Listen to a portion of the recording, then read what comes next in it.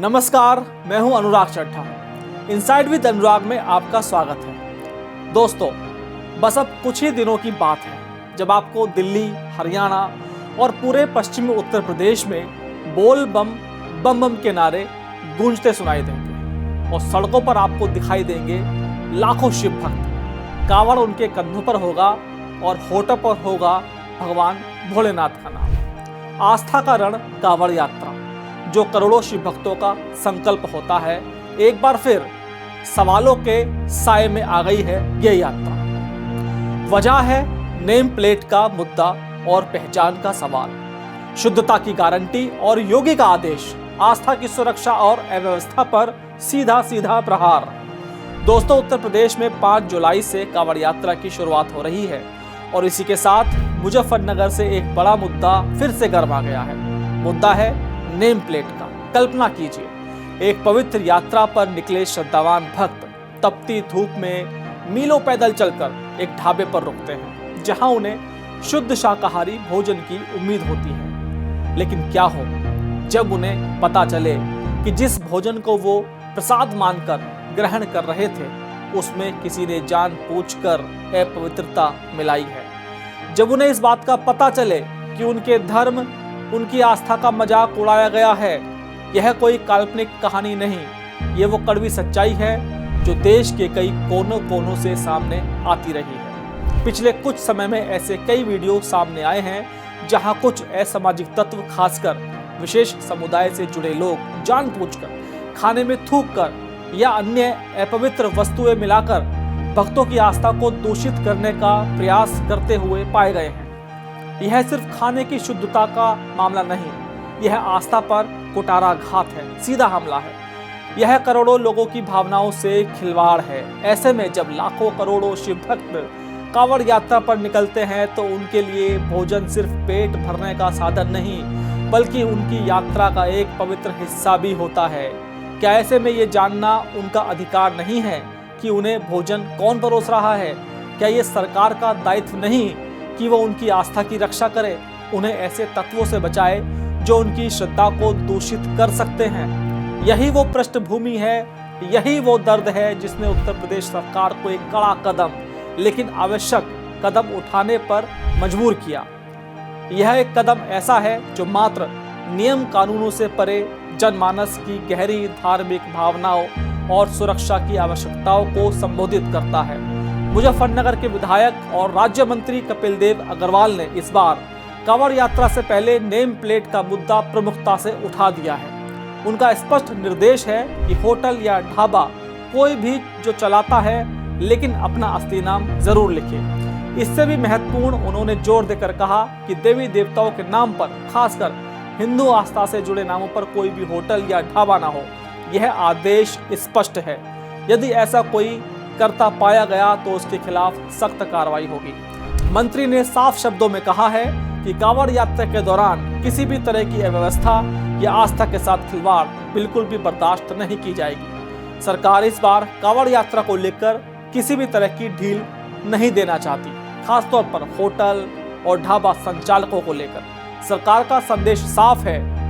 यह आदेश पिछली बार भी आया था कि जिस पर सुप्रीम कोर्ट ने रोक लगा दी थी, लेकिन योगी सरकार इस बार आस्था की सुरक्षा को लेकर कोई भी ढील देने के मूड में नहीं है। ये स्थिति एक बार फिर कार्यपालिका और न्यायपालिका के बीच एक संवेदनशील मुद्दे पर तनाव को उजागर करती है। जहां सरकार का जोर धार्मिक भावनाओं की सुरक्षा पर है, अब इस आदेश पर कई लोगों के सवाल भी उठते हैं। आखिर जरूरत क्या है इस नेम प्लेट की? यह तो हिंदू मुस्लिम और भेदभाव को बढ़ावा देता है। तो आप भी अगर ऐसा सोचते हैं तो मैं आपको बता दूं कि जैसे FSSAI खाद्य पदार्थों की शुद्धता और मानक सुनिश्चित करता है, वैसे ही ढाबे और होटल चलाने वाले का नाम जानना खाद्य सुरक्षा और उपभोक्ता विश्वास के लिए अत्यंत आवश्यक है। यह केवल एक प्रशासनिक औपचारिकता नहीं, बल्कि जवाबदेही की पहली सीढ़ी है। यदि किसी खाद्य प्रतिष्ठान में कोई समस्या आती है, चाहे वह स्वच्छता से संबंधित हो या गुणवत्ता से, तो ये जानना मौलिक अधिकार है कि उस प्रतिष्ठान का मालिक कौन है, संचालित उसे कौन कर रहा है।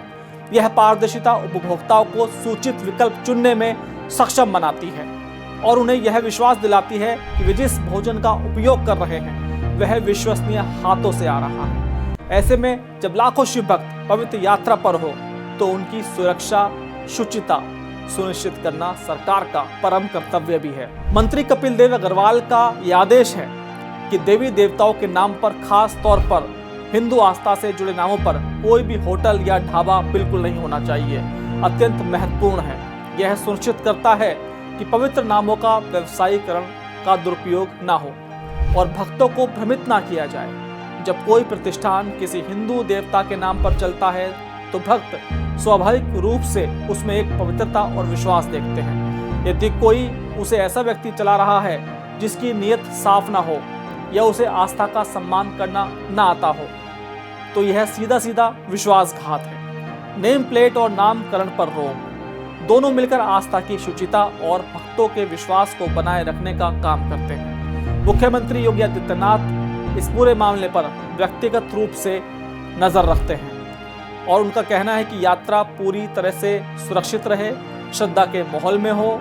ये उन्होंने निर्देश साफ तौर पर दे दिए हैं। उनका ये निर्देश दर्शाता है ये केवल प्रशासनिक आदेश नहीं है बल्कि आस्था के प्रति उनकी अटूट प्रतिबद्धता है। पिछली बार सुप्रीम कोर्ट की रोक के बावजूद इस बार फिर से इस मुद्दे को उठाना ये योगी सरकार के दृढ़ संकल्प को दर्शाता है। वे जानते हैं कि ये कदम कितना संवेदनशील है, लेकिन करोड़ों शिव भक्तों की आस्था और सुरक्षा उनके लिए सर्वोपरि है। दोस्तों, सुप्रीम कोर्ट ने पिछले साल कहा था कि दुकानदारों को पहचान बताने की जरूरत नहीं है और पुलिस ने अपनी ताकत का गलत इस्तेमाल किया। ये टिप्पणी एक तरफ कानूनी सिद्धांतों पर आधारित हो सकती है, लेकिन क्या ये जमीनी हकीकत से वाकिफ है? जब करोड़ों शिव भक्त एक संवेदनशील यात्रा पर हों, जब आस्था के साथ खिलवाड़ की आशंका हो, तब क्या केवल शाकाहारी या मांसाहारी बताने भर से काम चल जाएगा?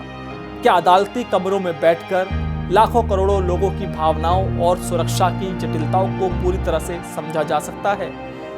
यही विडंबना है कि एक तरफ सरकार भक्तों की सुरक्षा और शुचिता के लिए व्यापक कदम उठा रही है, तो वहीं दूसरी तरफ न्यायपालिका का हस्तक्षेप अनजाने में ही सही ऐसे तत्वों को बढ़ावा दे सकता है जो पहचान छिपाकर अपनी नापाक हरकतों को अंजाम देना चाहते हैं। इस विषय पर अधिक टिप्पणी करना अदालती अवमानना यानी कि कंटेम्प्ट ऑफ कोर्ट हो सकती है, लेकिन आप सब समझदार हैं और समझदार को इशारा ही काफी होता है।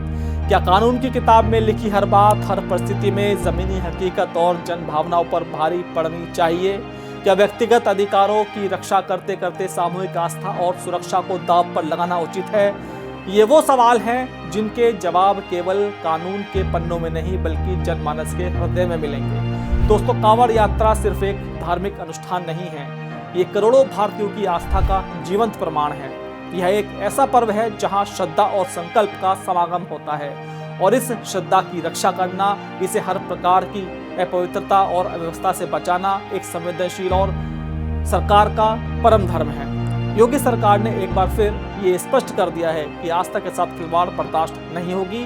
नेम प्लेट का ये मुद्दा सिर्फ एक छोटा सा नियम नहीं है बल्कि एक बड़े संकल्प का प्रतीक है। संकल्प शुचिता का, संकल्प सुरक्षा का और संकल्प सनातन संस्कृति के सम्मान का। भले ही कानूनी दावपेच जारी रहे, लेकिन आस्था की अग्नि कभी बुझती नहीं है। शिव भक्तों का जोश, सरकार का दृढ़ निश्चय और जनमानस की भावनाएं ये मिलकर एक ऐसी ज्वाला प्रज्वलित कर रही है जो हर बाधा को पार कर जाएगी। यह लड़ाई सिर्फ नेम प्लेट की नहीं, यह आस्था के सम्मान और समाज की शुचिता की लड़ाई है और इसमें विजय निश्चित तौर पर सुनिश्चित है। दोस्तों, मेरा ये विश्लेषण आपको कैसा लगा कमेंट बॉक्स में जरूर लिखकर बताइएगा। साथ ही साथ अपनी राय भी जरूर दीजिएगा। मेरे चैनल को सब्सक्राइब करना ना भूलिएगा। फिर आपसे मुलाकात होगी किसी नई खबर के साथ। तब तक ले दीजिए मुझे इजाजत। नमस्कार।